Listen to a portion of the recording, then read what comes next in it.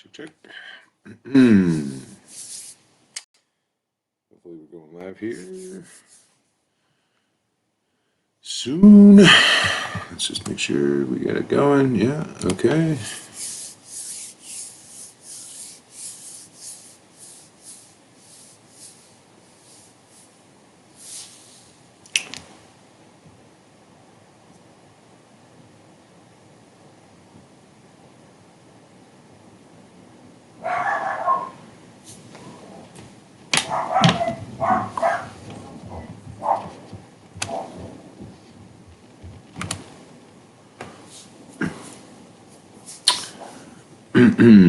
Check.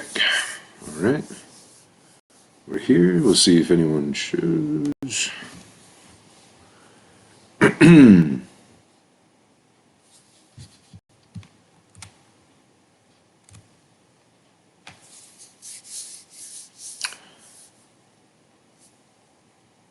Hello, hello.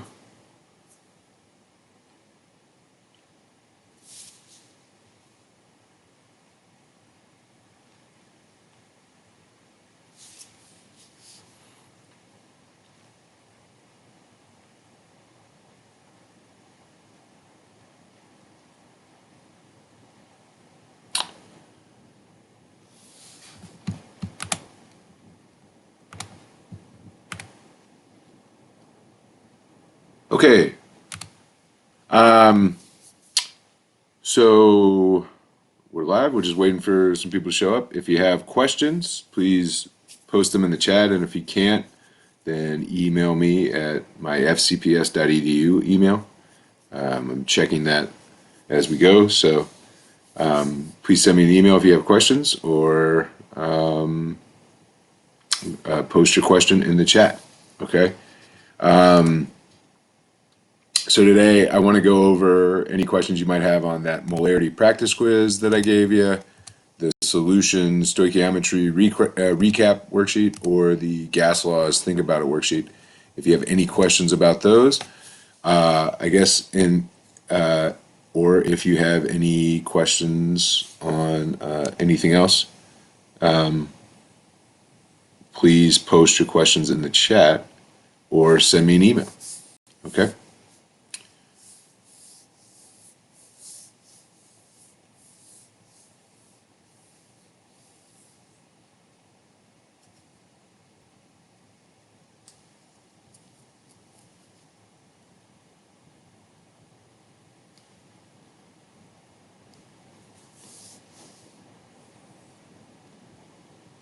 Any questions? Anything you want to go over?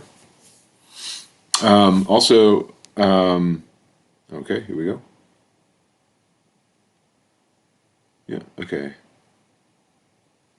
Okay, yeah, Jacqueline, if you can't say anything in the chat, just email me your questions because I'm looking at them live. Okay, so,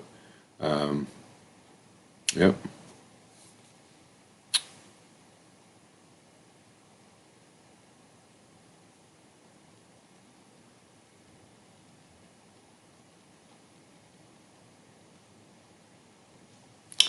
Okay, so I mean, if you don't have questions on those worksheets, we could go over questions you have on anything else right now. And if you don't really have questions, then we can call it for today. I did post some more practice problems for you to do.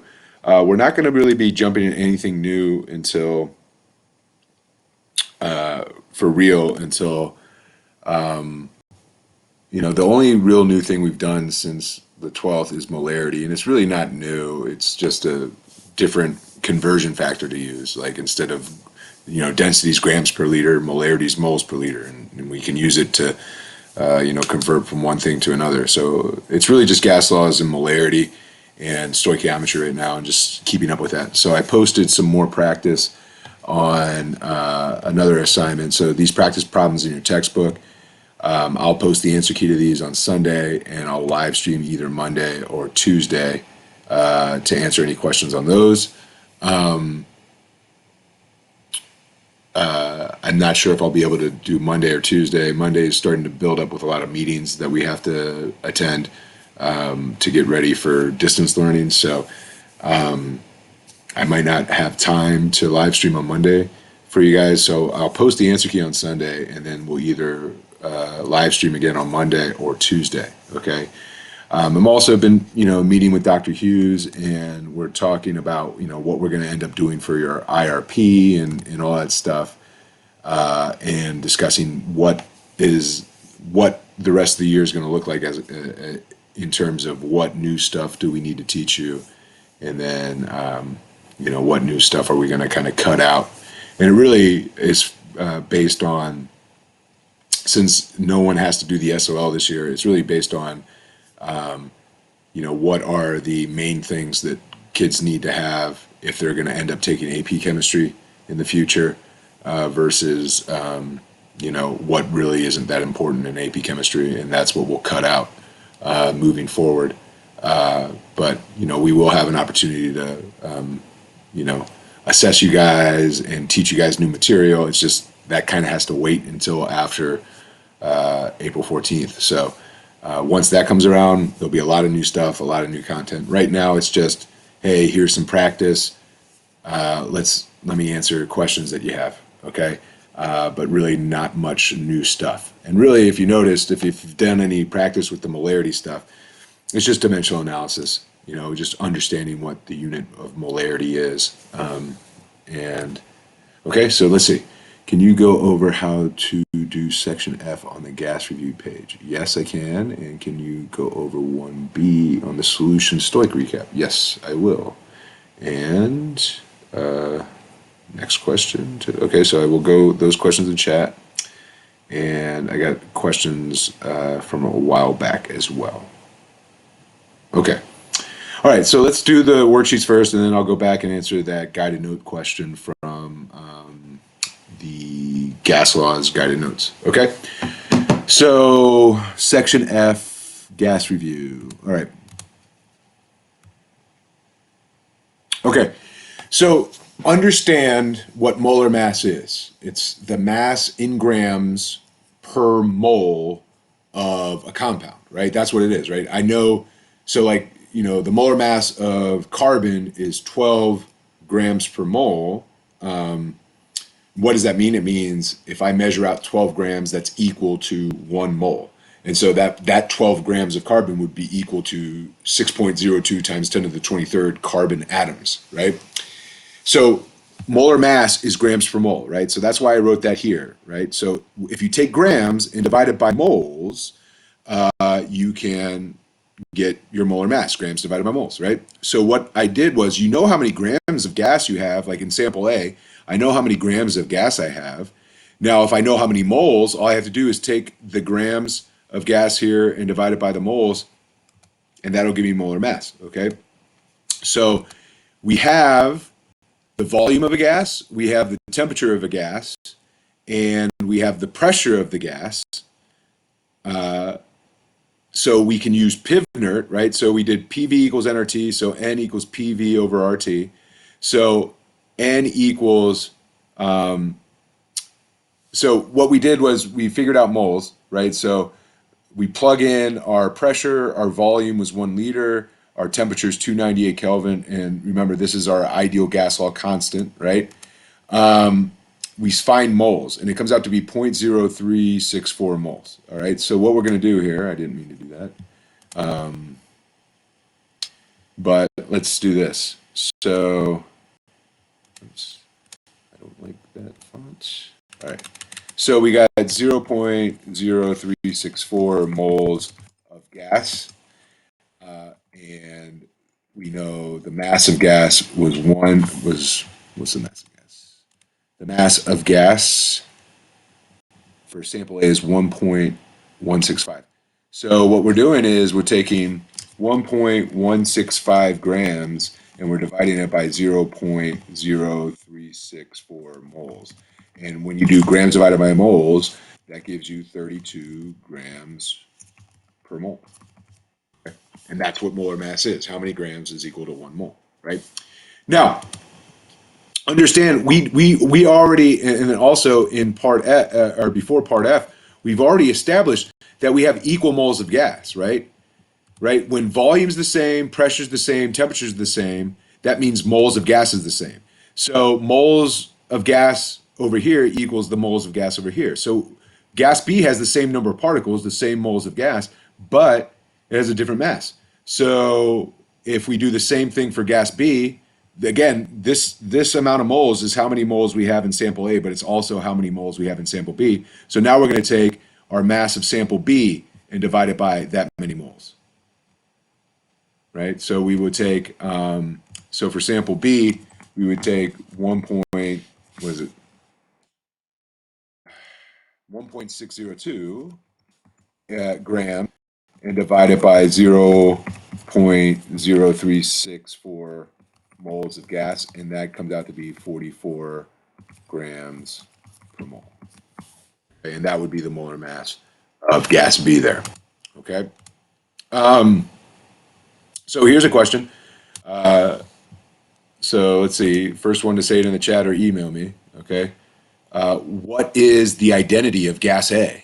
What is the identity of gas B? What do you think? Anyone know the answer to that?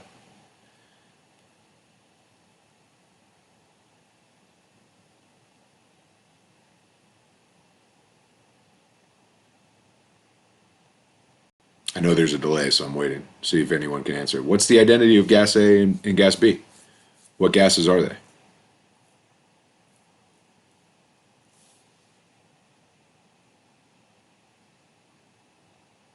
Or what do you think they are?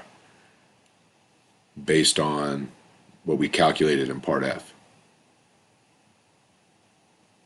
Anyone got the answer?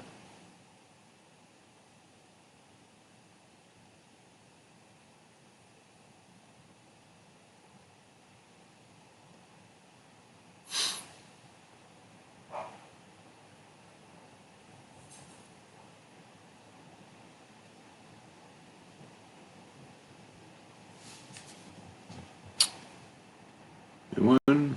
Anyone? Anyone? Okay.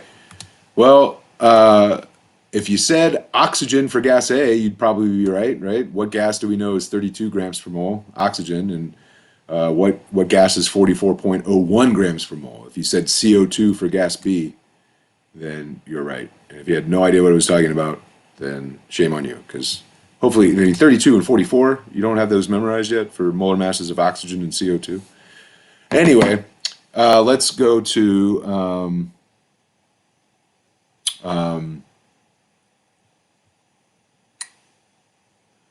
good guess, Jacqueline, with sulfur, but sulfur is not a gas.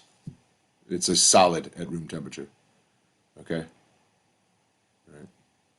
But yeah, you would have to use the molar mass to identify the gas. But like if I asked a question like that on a test, I would say here's a list of gases that the gases could be. Which one is gas A? And then you would figure out gas A is 32, and then you would say, oh, the gas that has a molar mass of 32 is gas A.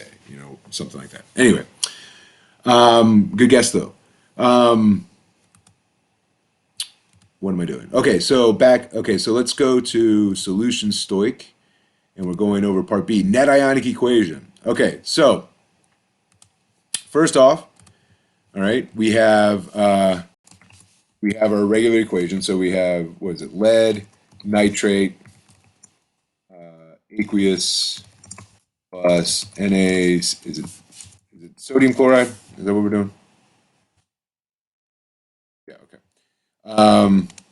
Sodium chloride, aqueous. So we had two solutions of these things. We mix them together, and we get a double replacement reaction. So we get sodium nitrate, and we get lead chloride. Okay. So we balance it. We put a 2 here and a 2 here. Okay. So this is as we start. We've talked about molarity and we've talked about solutions a little bit, and that's going to be one of the things that we focus on after spring break as kind of new material. We're going to focus on solutions and what does it really mean when a salt's dissolved in water versus what does it mean like when sugar's dissolved in water. Like why is one an electrolyte and the other's not an electrolyte? Why does one solution conduct electricity? Why does the other one not? Okay, and we can kind of use our knowledge of that to kind of figure out, to help you figure out, part of your procedure for your IRP. Okay.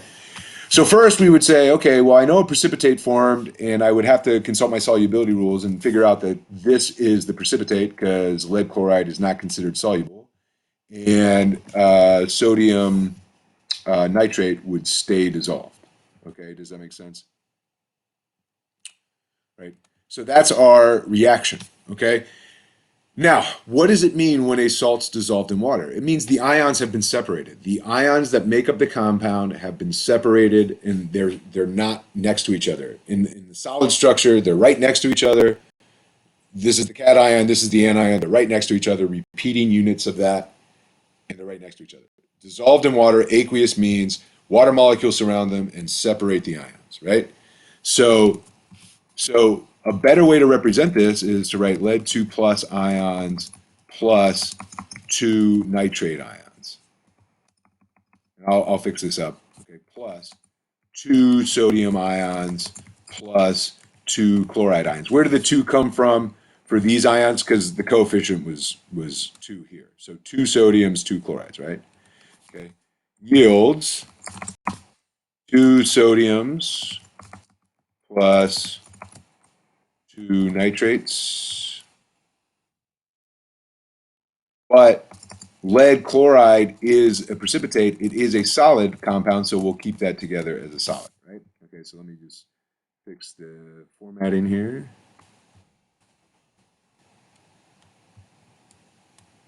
Okay, so the ions separate, and they're by themselves. They're surrounded by water. It's understood that water molecules are surrounding them, and the water molecules surround them in the proper orientation, where like the hydrogen side of right the hydrogen side of the water molecules are going to be facing the negative anion. So like you would have the H side of the water molecule facing the nitrate, but you would have the oxygen side of the water molecule facing the sodium because opposites attract, right? Okay. So that's really what's going on. So this equation that I just wrote, it's not called the net ionic equation, it's called the complete ionic equation. Okay. And all that does is, so what you do is any aqueous ionic compound, you separate, okay? You separate it into the ions that make up the compound. So you have to be good at an ionic compound and knowing which, what are the ions that make up the compound. Like understanding like this doesn't separate into sodium, nitrogen, and oxygen. This separates into sodium and nitrate. That whole thing right there is one ion, right? Does that make sense?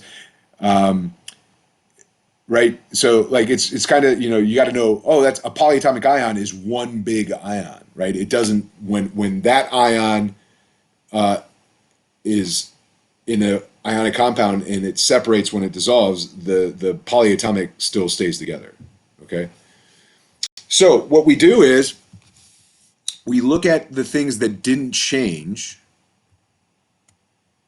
and the two ions that didn't change, they didn't change their states of matter. They were aqueous on this side and they were aqueous on this side, are the sodium and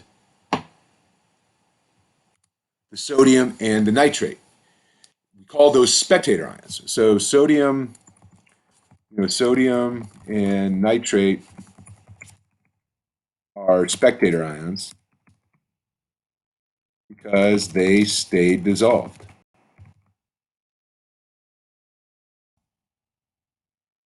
with the water, right? So what we do is we get rid of the spectator ions, and what's left over is the net ionic equation. And so that's this equation here, okay? So what's left over after you cancel out spectator ions, if you have any, like sometimes you could write the net ionic equation and not have any spectator ions when we get to more complicated reactions. We might not actually get to that this year, but that's something in AP chemistry a little bit that we'll talk about. But you cancel ions and you get to the net ionic equation. Okay. All right. So hopefully that answered that question. Okay.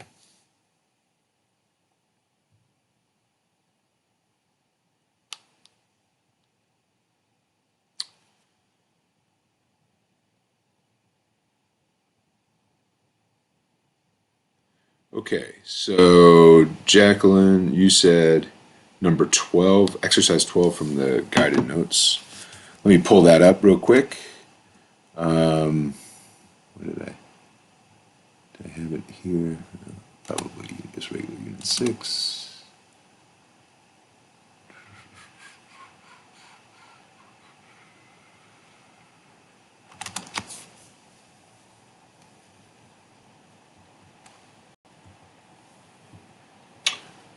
Exercise 12. Okay, so mole fraction is just what it sounds like. It's the fraction of moles. Like so, like the like so. So like mole fraction is kind of like percent by mole, just without multiplying by 100. So what do I mean by that? Let me scroll down here. Okay, so like if I wanted, if we want percent by mass, right? Percent by mass is equal to mass of part divided by total mass, and then times 100, right? That's how you find percent by mass. Well, how would you find percent by mole? You would take moles of part divided by total moles times 100, right? Well, what I'm saying is mole fraction is just the same thing, but it's just without the times 100. So mole fraction, and so like what would mass fraction be? Mass fraction would be the same thing as percent by mass, but just without the times 100 part. So, okay, so mole fraction, it gets this symbol X. Okay, it's kind of a wavy looking X. Let me see if I can find it in. I might not be able to find it in the symbols quickly. It's kind of like a lamb. It looks part of a lambda. Now I got the phone ringing. Um,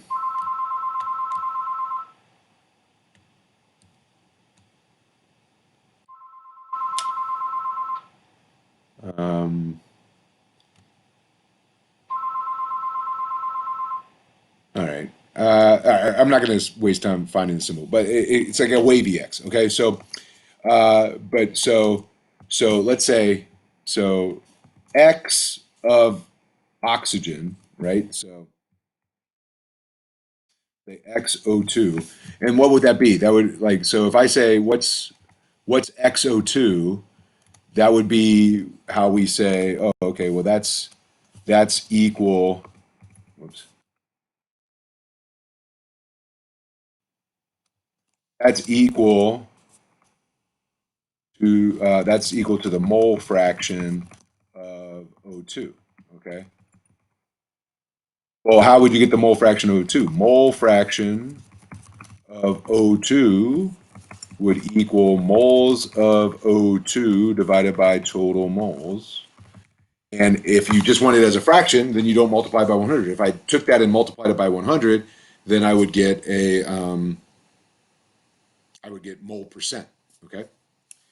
Well, remember, pressure of a gas is due to how many particles you have of that gas in the system. So, right, like if we take the we know like the pressure of the atmosphere, let's say it's 1 atmosphere.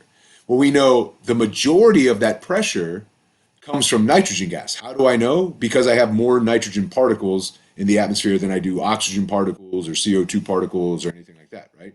So the partial pressure of a gas in a system of gases is dependent on how many gas particles of that particular gas you have, right? So what we can say is if we take mole fraction of gas A and we multiply it, we use the symbol, multiply it by the total pressure, we call P subscript T, all right? that would equal the partial pressure of that gas. Okay, so what we're saying is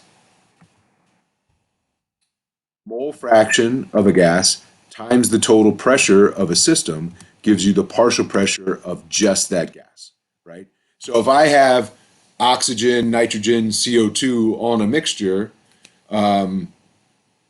if I know how many moles of each one I have, I could take the mole fraction of oxygen times the total pressure, and that would give me the partial pressure of just the oxygen.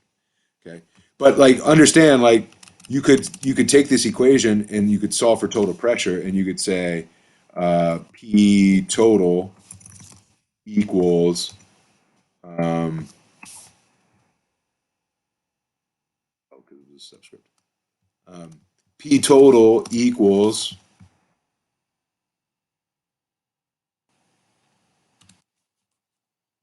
partial pressure of gas divided by mole fraction of gas, right?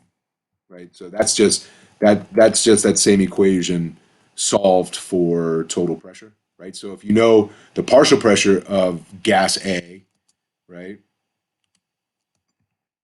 You know its mole fraction, you could just take the partial pressure and divide by the mole fraction, and that would give you the total pressure of the system. Okay. So let's just go to this example. Okay. A mixture of gases has 5 moles oxygen, 6 moles of fluorine, 2 moles of hydrogen. The partial pressure of oxygen is 0.75. What's the total pressure?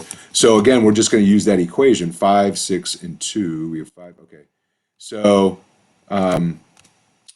we know, so what we can do is we can say, okay, well, that means the total pressure, P total, is going to equal the partial pressure of oxygen divided by the mole fraction of oxygen, right? That's what we're saying. Okay.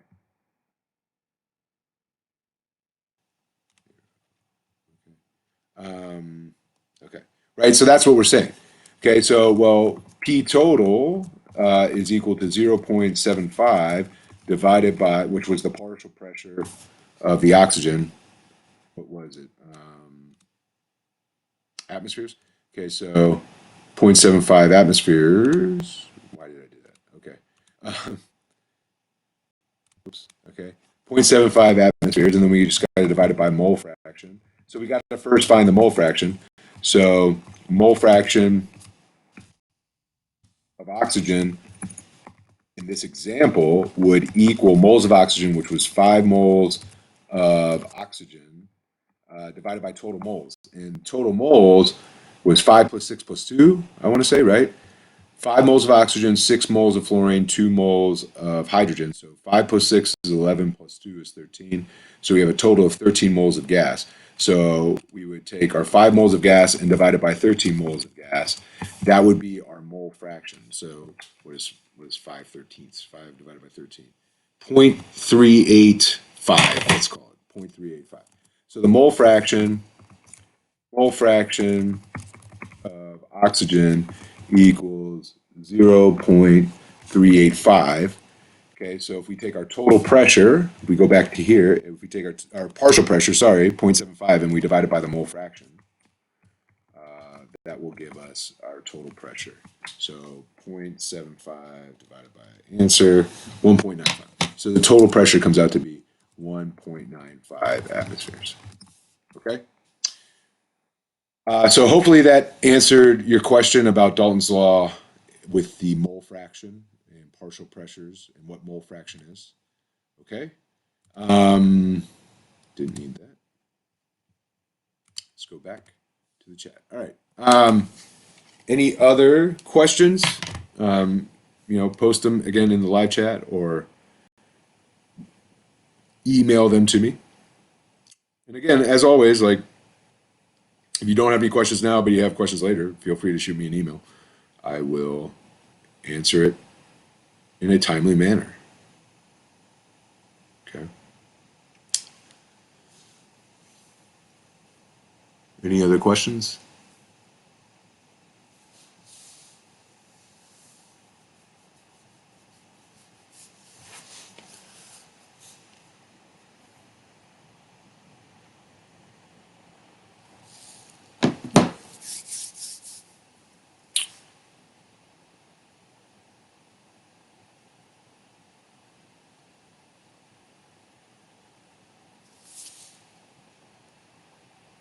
Questions?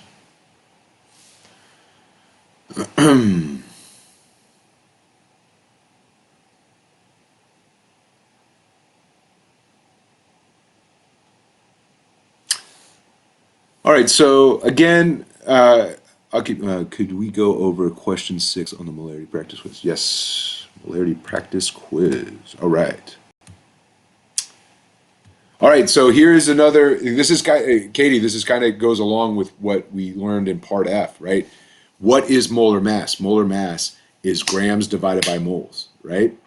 So we have, if so, understand if we have a volume and a molarity, we can figure out how many moles of the solute we have, and we were told how many grams of solute we have. So we're gonna do liters times molarity. That'll give us moles of solute, but we want molar mass, and molar mass is the ratio of grams to moles. So if we take the grams of the solute and divide it by how many moles that's equal to, which we found using that molarity calculation here, that will give us our molar mass. So we did liters times molarity to get moles, and then grams 3.8 divided by moles will give us grams per mole, which is our molar mass. And so when we do that, we get 49 grams per mole. Okay?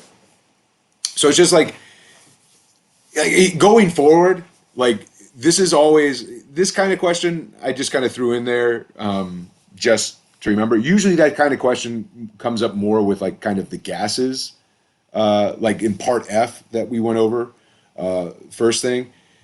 Just understand, if you're asked to find molar mass of a gas, but you don't know its formula, right? You don't know what the formula of the gas is,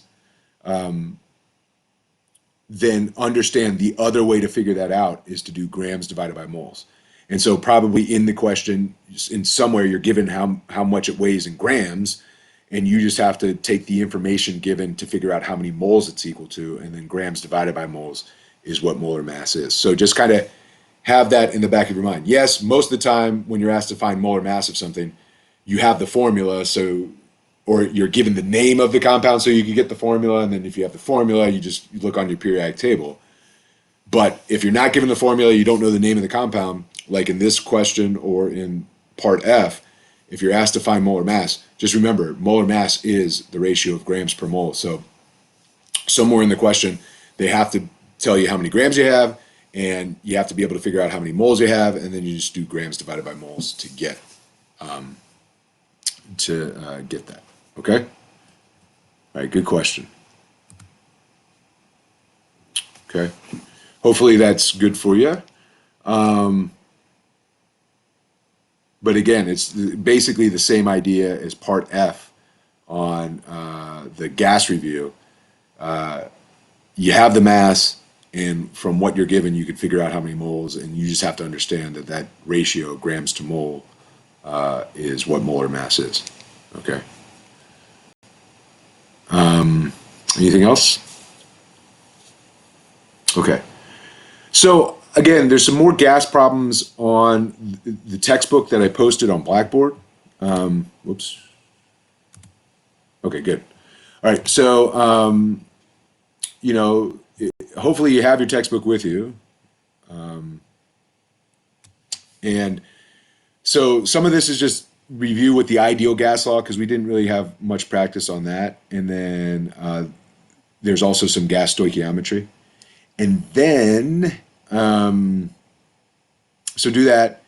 We're really not going to do anything new. It's just going to be gas, molarity, stoichiometry, stuff like that. I might post some like old review questions and stuff like that.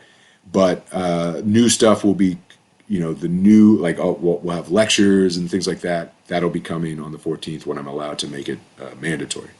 But I definitely want to keep in check. So I'm just going to be posting stuff, optional stuff, and I'll post the keys, and then we'll come in and have live streams based on it. Okay, so I got another question here.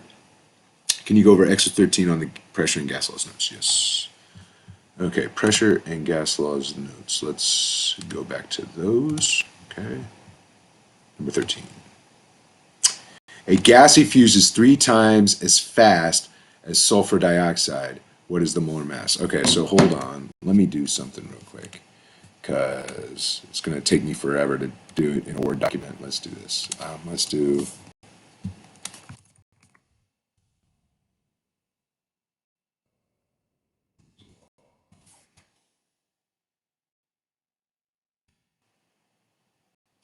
So this is one of the gas laws. Again, we really didn't have much time.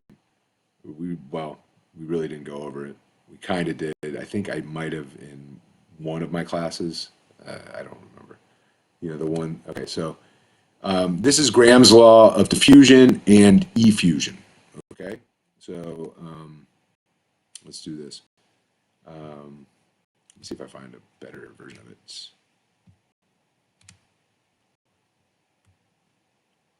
Yeah, here we go. That's a better version of it. Whoops, that's not what I want to do. Come on. I want to copy image. Copy. There we go. All right, so this is a Graham's law question. And usually at this level of chemistry, you're not really going to be asked to actually use Graham's law.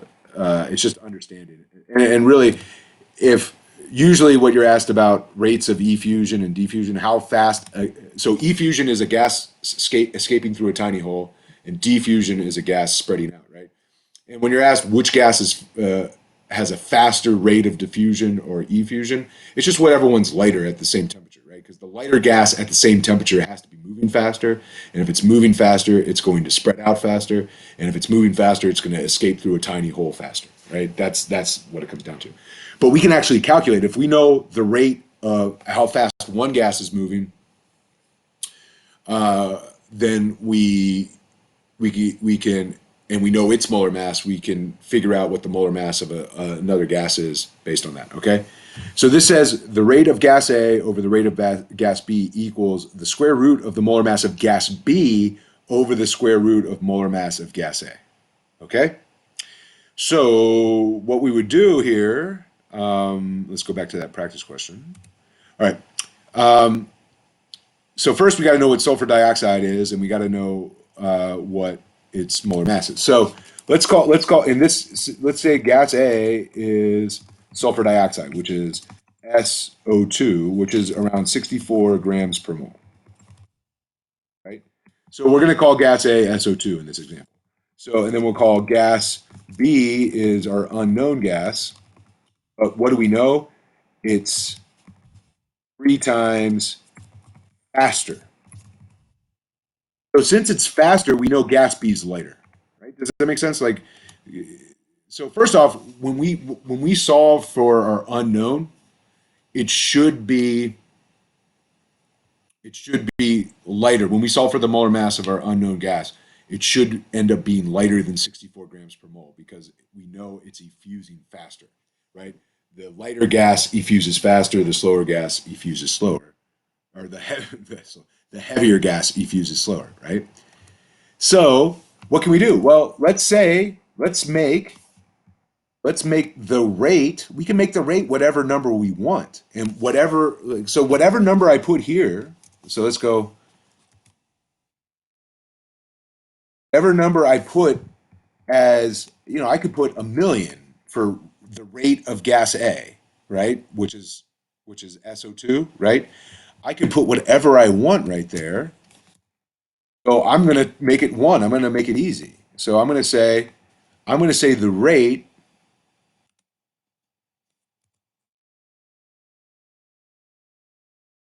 I'm going to say the rate of SO2 is 1. Well, if the rate of SO2 is 1, that means the rate of my unknown gas is 3. We're calling our unknown gas gas B, right? And you might say, well, what do you mean 1 what? You can make it whatever rate you want. You could say 1 molar, 1 mole per minute, right? All rate means is an amount, something per unit of time, right? So a rate of effusion would maybe be how much gas escapes over time, and you can measure the gas in how many particles you could have moles. You could say this many moles per minute are escaping. You could say this many liters per second are escaping, right? It could be whatever rate you want. It's just something over time, right?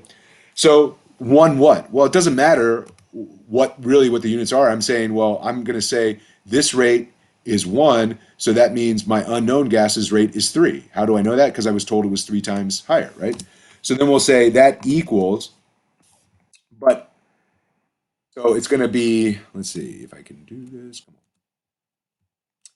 So let's see if I can find it here. Equation. And let's do, yeah.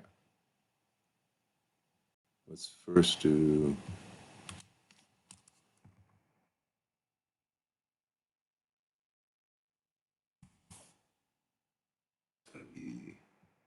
Square root? Nope. Come on. Oops, come on. Sorry. I want this and I want that. And so x, and then I want this to be also square root. Okay. So if we're using Graham's law, right, it tells us we're putting gas A, which we're saying is SO2, is 1. But notice the molar mass goes on the denominator. For gas A, the molar mass goes on the bottom over here. So we know the molar mass of SO2 is 64. And then, so we're just solving for x. So we just have to solve for x here. So we're going to cross multiply. So we're going to take the square root. So, okay, so let's solve for x. So it would be the square root of x. So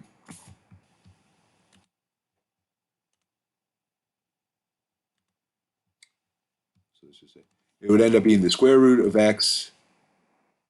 The square root of x times 3 equals 1 times the square root of 64, which is 8, right? So equals 1 times 8, right?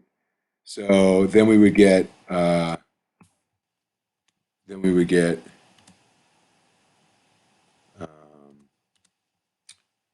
square root. Slowing down. Okay. Well, okay. So sorry. Now. Uh-oh. Hopefully that doesn't freeze up everything. All right, we'll see. All right. So hopefully I'm still going, but let's say. So what do we have? We had the square root of x times 3 equals 8. So 8 divided by 3 equals the square root of x. So how do you get rid of the square root? You square everything. So it would be 2.6666 repeating squared would end up giving you the molar mass of the unknown gas. And that comes out to be, what, 7 in this case when you do it, 7.1 grams per mole. Let's go back to my Word document. Did it come back? All right. So when you solve for x, when you solve for x here, you get x equals 7.1, and that would be grams per mole because it was a molar mass it was asking for. Okay, but that's kind of how you use Graham's law. Really, moving forward, the best thing to take from this is just knowing that if you have gases at the same temperature, the lighter ones will effuse and diffuse the fastest. So, like here, exercise 14, ammonia is NH3. Ammonia NH3 has a molar mass of what, like 17 grams per mole. And so the gases here that are lighter than that, so this is 16 grams per mole. This hydrogen's obviously lighter, helium's lighter, but neon's 20, 64. What is krypton? 30. I don't know. I know it's heavier than 17. And then oxygen is 32. All right. Does that make sense? Okay. So just lighter gases are faster and heavier gases are slower when you're at the same temperature. And that is also true about how fast they effuse and how fast they diffuse. Okay? All right. So hopefully that answered your question. Okay. All right. So again, I'm just going to wait a little bit and see if you have questions, but just kind of moving forward. Do these practice problems. I'll post the key on Sunday. And then on Monday, I will post in the morning, and I'll let you know if I'm going to live stream that day or Tuesday. It's probably going to be Tuesday instead of Monday because I got a lot of meetings on Monday, and so I might not be able to live stream on Monday for you guys. But I'll post the key still of this new assignment. I'll post that up on Sunday, and I'll either talk to you Monday at some point about your questions and or Tuesday. Okay. And we'll keep moving forward. Just try to keep it fresh in your head because we're gonna have to hit the ground running when we get back on the 14th, and you're probably going to be doing that with a lot of teachers. And so any subjects that you haven't really been working on, you might want to go back and start to review, because I know the teachers are anxious to, get back to teaching. And it's going to be online, but you're still going to be held accountable for, material and stuff. It only makes sense unless you guys want to, like, just start the year over again. So, just keep working, and, and if you can't make it for the live streams, just remember, just ask, email, We're all stuck in our houses, just hanging, and, so shoot an email asking questions if you have them. All right. So, any other questions?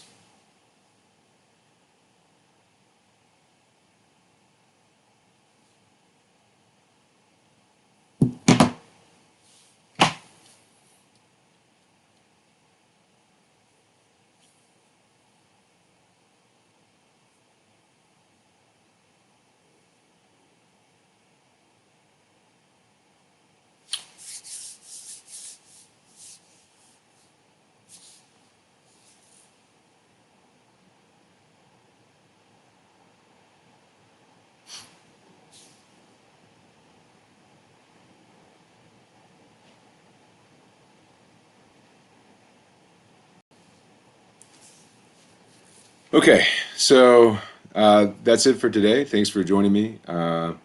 Glad you are staying on top of things. And I will be posting Sunday with your answer key. If you have questions in the meantime, don't hesitate to send me an email. Okay? All right. Have a great Friday. Bye.